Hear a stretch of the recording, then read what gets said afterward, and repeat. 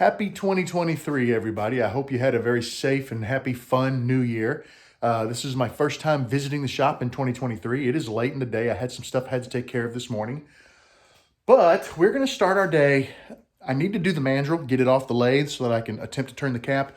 Before we do that, I mentioned I had someone in the shop yesterday. So we used a few tools. We moved a few things around.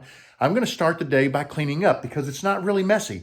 There's a few things out of place, but if I put them back in place, it'll take 10 minutes and then I can get busy on my mandrel. Everything will be where it belongs and my shop stays just that much neater. Because if I don't put them back, I'll move some more things and the next day some more things. And before you know it, the shop will look like it did. And my goal is I don't want a perfect shop. I just want a shop that has plenty of room where I can move around and tools that go where they belong so that I can find them. So I'm going to try really hard. It's not a New Year's resolution. Don't take that because I'll never accomplish it. But it is strictly me trying to stay on top of my shop for a change. I've got the new mandrel on the lathe.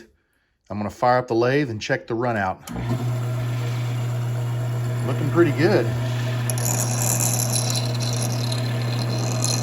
Oh, it's running true. That's awesome. This is going to be great. Let me get my blank on here, and I think we can start shaping. Here's a shot of the cap that I just created. This is the closest match I could get to this blank. I think it pulls the blue quite nicely. Remove it from the blank here so you can take a look. One hand, it's difficult. I do have the nib in there, so you can see that it fits nicely in the cap. I tried to sort of match the ends so that they were symmetrical. And overall, I'm very happy with how this turned out. I'm ready to turn a few more just to verify my notes, and then we'll move on and see what's next. This mandrel did a fantastic job. I think at some point I am going to remake it though, and I'll tell you what I'm going to do. You see my threads right here. Just past the threads, I think I'm going to go ahead and put a collar that is 15 millimeters in diameter.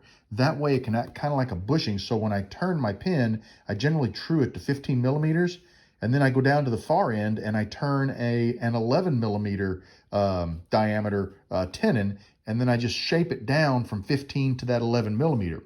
If I had a tenon on this end, then basically I wouldn't have to measure. I could just quickly whip it off to 15 millimeter diameter, and then it just makes the process easier, because right now I stop, I get the calipers, I measure, it's 16.5. I stop, I get the calipers, I measure, it's 16, blah, blah, blah, and it keeps decreasing until I get close to 15. But having a bushing would let me get there without any real thought. So yeah, I'm happy it turned out so well. I mean, I can't believe it turned out as well as it did. So I'm going to get busy making another pin cap, and I'll show you guys what that looks like shortly. I just finished drilling and tapping my next cap blank. I want to test fit it.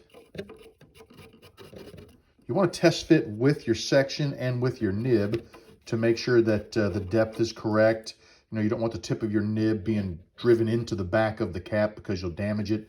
You know, and you want to make sure that the sides of, I'm going to call them the wings, I'm not sure what they're called, of the nib, you know, fit nicely into the the tapered section of the cap. So I'm going to get this one off of the collet chuck, and we're going to go ahead and put another blank on here, and we'll get it turned to this point, and then we'll come back and shape both of them. I want to take a second real quick and answer a question for one of my viewers. I had mentioned in the previous shop update that I gave my old Rockler dust collector to the young man who came over and worked with me to learn how to turn. And that is a dust collector that you just simply hook to the hose of a shop vac, and it sucks the dust in. It's good when you're sanding. It's not so great when you're turning. And the viewer had mentioned to me that he had the same system and he got away from it. And he was asking what I now use to collect those chips. And I'm going to flip around and show it to you. He also asked where I got it, and I'll explain all of that. This is the housing that I now use. It's got this little flip down panel to kind of help. I don't use this much because mostly I'm filming from above the lathe, and it blocks the filming because you can see it's pretty rough looking. But with this open, a lot of chips, when you're spinning 3,000 RPMs, the chips still manage to make it out.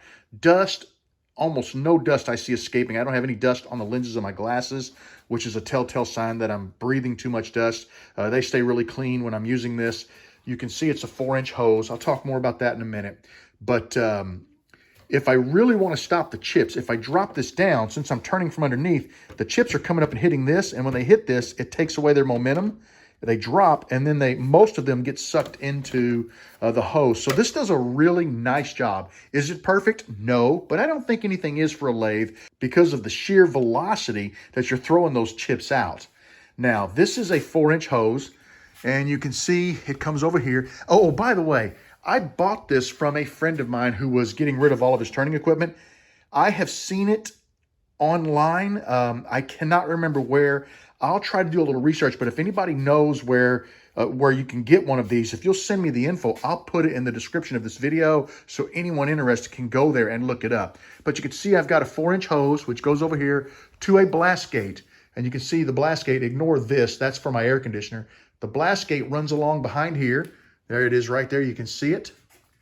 And it comes over here and it attaches via a Y, a 45Y, into this pipe. And there's a pipe above it. And you can see it has 1, 2, 3 drop downs on it. One of them comes over here to this oscillating sander. One comes to my disc sander. And one goes to my bandsaw. Those all have smaller ports. Their ports are all, they're more the size of a shop vac. So I basically, I take them all down to the proper size. And I felt like 2, 4, 6, if you think about the diameters, 2-inch diameter, 2-inch diameter, 2-inch diameter, that's about 6-inch diameter that I'm pulling with that pipe. And really, I'm mostly pulling dust, and the dust is coming from inside of these devices, through the way that they handle their dust collection. So I felt like that it was okay to have those 3 on one. So you've got the lathe, you've got the sanders and the bandsaw, and then if you drop down, you got a blast gate here for the table saw. And there's a blast gate right here for the sanders. So basically, that goes up through the garage and up top there, and I know you can't see it real well, but I took my dust collector and I built a frame around it and I suspended it with chain, or actually steel wire, and the wire can hold 5,000 pounds, so I know that it's not going to fall. It did come in a stand. I have a Grizzly dust collector, and it did originally come with a stand, but I decided to hang it. I only have a little over 4 feet up there, so the stand was probably 5 foot tall, so it just didn't work. So that's why I suspended it. I also suspended it for startup and shutdown, so that it has a little bit of play, right? Because you got that centrifugal force, and once it gets going, it settles very nicely. Now, the last piece that I did, here's my dust deputy to kind of help me explain, but I've got this nice conical separator, and the Grizzly has the same thing. It sucks air through the separator, and it pulls in that 4-inch line, which actually has a reducer. I believe it's a 6-inch line up there, and I reduce it down to 4. It pulls it into the separator, spins the dust around. There are filters in the back to keep that dust from escaping, and the heavy particles drop through the bottom of the cone. The bottom of that separator is right here. It sets on this opening of this hose, just on the other side. The hose has a nice big flange on it, so it sets right down in it, and it comes right down just inside of there, just below the decking. Drops everything down through this nice hose into this canister. And 3 to 4 times a year, I have to empty this canister. You just basically undo these little clips here. There's one more on the back. And I have a plastic bag, so I take the bag out, I dump it, and then I put the bag back in. It just makes it easy to empty, and it's very convenient. This green hose actually is part of a leaf gathering system from a riding lawnmower. I had the buddy that I bought this from, he was moving, he had everything he was selling. I noticed this in his attic, and I needed something to be able to gather up my dust when I was thinking about putting the collector up top, and I bought this from him. I also have this is a 6-inch, I also have an 8-inch hose. So if you need one of these hoses, and this is heavy duty, that is 8-inch, let me know and we can work something out because it's in my shed and I don't need it. I just used a 6-inch rubber clamp with a rubber adapter with some muffler clamps to clamp it right to the top of my canister. And that is kind of how my dust collection system works. Now, I'm not going to get into which model of dust collector that I have, because I honestly don't have the model number memorized, and I'd have to go up there and work my way over there to look it up. But it's just one of the large Grizzly dust collectors. It comes on a stand with wheels, and you can roll it around to where you need it in your shop, and you can use a flexible hose and hook it up to one item at a time. I just elected to mount mine permanently and run the piping and then the hoses to the equipment. It has a remote control, so from right down here, I can just hold it up and bam, turn it on, turn it off, and it works great. That's what I'm using for dust collection, so I hope you find that interesting, and I hope it helps you out a little bit. If you have specific questions, I'll be glad to try to answer them. I just want to give an overview because, someone asked, and I'm just trying to share that information, with other people. And there's not a lot of information there, but, hopefully it kind of lets you know what I do in the old RJB Woodturner shop. My second cap blank is a little trickier, so you can see I've been working with it. We have to drill 2.3 inches into the blank, which is this black mark right here. If I lay this onto the blank, you can see that we are going to be very close to the end of the gray area. So what I've done is I've attached the gray area to the blank, and I've attached an additional area that we can use with a live center, to support it. We'll turn all this down, and when we're done, we'll come back, we'll part it off right here, and we should be a couple of millimeters below the diameter, maybe 2 to 3 millimeters below the diameter we need. And I think we can go ahead and clean the end of this blank and shape it. And that is going to look like this. It's going to be the same type of a thing at the end of the blank. I think the color may be a hair off, but we're going to be close. You saw this blank that I extended. I wasn't planning on extending this blank, but whenever I put the caliper inside, it came out to 59.57 millimeters. And if you lay this here, I don't have much on the end of this to work with by the time I cut that dimple off. So I'm going to try to find a red piece and attach it to this. No red, but I did find this green. And if you take a look, it's pretty darn close. So I think we'll cap this with a little bit of this green and see if we can't get a cap finished up for this blank. I just finished the red cap. I was worried it was going to be too short, so I added some to it. And it came out pretty darn long, actually too long. If you set the cap next to the blue cap, you can see that I probably would have been okay. I think I could have finished this one and cut that off, but I'm not going to worry about it too much now. I mean, it's, it is what it is, and it was a great practice learning how to do this and practicing this for when I do have blanks that are too short, or for when I want to accent blanks or even put a cap on there for a clip. Was a great practice. So, for practice pins, I'm happy with these. This blank has been sanded, it has been micro meshed, and it is ready for final polishing with magic juice. So we're going to get that done, and we'll come back and take a look at it. Here is the third and final pin. I'm very happy with it. It turned out great. The pin looks amazing.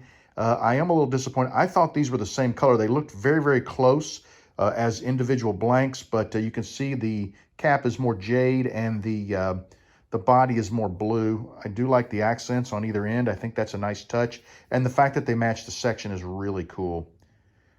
I'm not disappointed. I'm disappointed that the colors don't match because I really like this one, but I'm not disappointed at all because I learned so much, and I am so ready to make some of these pins. I want to find some nice blank that I can use to make sections out of because I want the section to be a different color than the body and the cap. So I'm going to work on that, and we'll see where it goes from here. It's going to wind it up for me in the shop today, guys. It has been an awesome couple of days working on these pins. I've got some good notes.